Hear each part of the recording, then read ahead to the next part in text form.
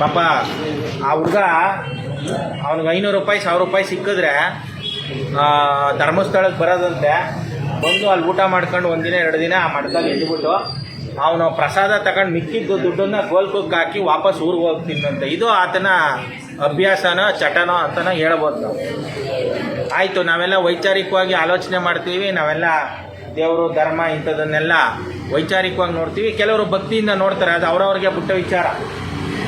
ಆದರೆ ಇದನ್ನು ದುರುಪಯೋಗ ಪಡಿಸ್ಕೊತಾ ಇದ್ದಾರೆ. ಧರ್ಮಸ್ಥಳದ ಆಡಳಿತ ನಡೆಸ್ತಾ ಇರೋದು ಸರ್ಕಾರ ಅಲ್ಲ, ಅಲ್ಲಿ ಯಾವುದೋ ಒಂದು ಕುಟುಂಬ ಅದನ್ನು ಸಂಪೂರ್ಣ ಸುಪರ್ದಿಗೆ ತಗೊಂಡು ಅವರು ಕೊಬ್ಬಿಟ್ಟಿದ್ದಾರೆ. ಈಗ ಹೆಚ್ಚು ಕಮ್ಮಿ ನಮ್ಮ ಸರ್ಕಾರ ಅನೌನ್ಸ್ ಮಾಡಿರೋ 5 ಗ್ಯಾರಂಟಿಗಳಿಗೆ ವರ್ಷಕ್ಕೆ 50,000 ಕೋಟಿ ದುಡ್ಡು ಬೇಕಂತೆ. ಆ ಧರ್ಮಸ್ಥಳ ಒಂದೇ ಅಷ್ಟು ವಹಿವಾಟು ನಡೆಸ್ತಾ ಇದೆ. ಇವರು ನಮ್ಮ ಹತ್ರ ದುಡ್ಡಿಲ್ಲ ಅಂತ ಬಡ್ಕೋತಾ ಇರೋರು ಅದನ್ನು ಈ ಕೂಡಲೇ ಸರ್ಕಾರಕ್ಕೆ ಸುಪರ್ದಿಗೆ ತಗೋಬೇಕು, ಈ ಕೂಡಲೇ ತಗೋಬೇಕು.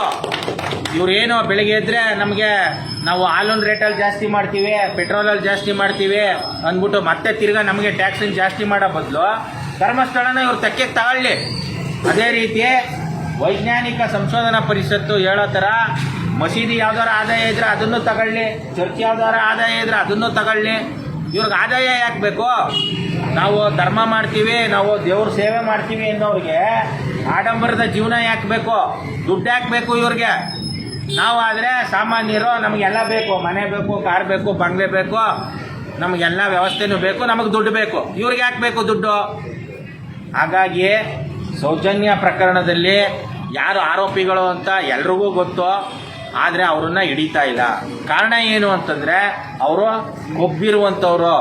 ಅವರು ಇವಾಗ ರಾಜ್ಯಸಭಾ ಮೆಂಬರ್ ಕೂಡ, ಈ BJP ಪಕ್ಷದವರು ಅವ್ರನ್ನ ರಾಜ್ಯಸಭಾ ಮೆಂಬರ್ ಕೂಡ ಮಾಡವ್ರೆ.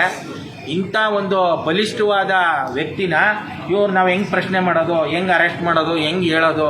ಇದೇ ರೀತಿ ಆದರೆ ನ್ಯಾಯ ಎಲ್ಲಿಂದ ಸಿಗುತ್ತೆ? ಈಗಾಗಲೇ ವಿಶ್ವನಾಥ್ ಸರ್ ಮಾತಾಡ್ತಾ ಹೇಳಿದ್ರು, ಅಯ್ಯೋ ಅವರೆಲ್ಲ ದೊಡ್ಡವ್ರು ಬಿಡಿ ಸರ್.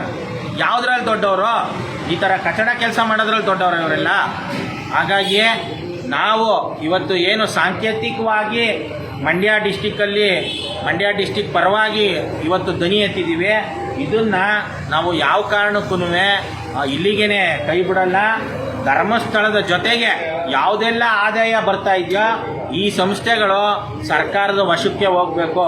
ಸೌಜನ್ಯ ಪ್ರಕರಣದಲ್ಲಿ ಆರೋಪಿಗಳನ್ನ ಬಂಧಿಸಬೇಕು. ಮತ್ತು ಪಾಪ ಆ ಹುಡುಗ 11 ವರ್ಷ ಆ ನೋವು ತಿಂದಿರುವಂಥ ಸಂತೋಷನ ಹುಡುಗನಿಗೆ ಆತನಿಗೂ ಕೂಡ ಪರಿಹಾರ ಸಿಗಬೇಕು ಅಂತ ನಾವು ಆಗ್ರಹಿಸ್ತೀವಿ. ಇದಾಗೋವರೆಗೂ, ಇದೊಂದು ತಾರ್ಕಿಕ ಅಂತ್ಯ ಕಾಣೋವರೆಗೂ ನಾವು ನಮ್ಮ ಹೋರಾಟನ ಮುಂದುವರಿಸ್ತೀವಿ ಅಂತ ಹೇಳ್ತಾ ಇಲ್ಲಿ ಅವಕಾಶ ಮಾಡಿಕೊಟ್ಟ ಎಲ್ರಿಗೂ ಮತ್ತೊಮ್ಮೆ ಶರಣಗಳನ್ನ ತಿಳಿಸಿ ನನ್ನ ಮಾತುಗಳನ್ನ ಮುಗಿಸ್ತೇನೆ.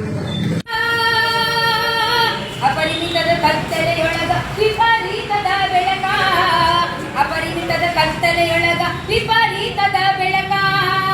ಹೆಣ್ಣೆಂದರೆ ದೀಪವೋ ಬೆಂಕಿಯಲ್ಲ ಬೆಳಕೋ, ಹೆಣ್ಣೆಂದರೆ ಪ್ರೀತಿಯೋ ಮಮತೆ ಎಂಬ ಮುಗಿಲೋ.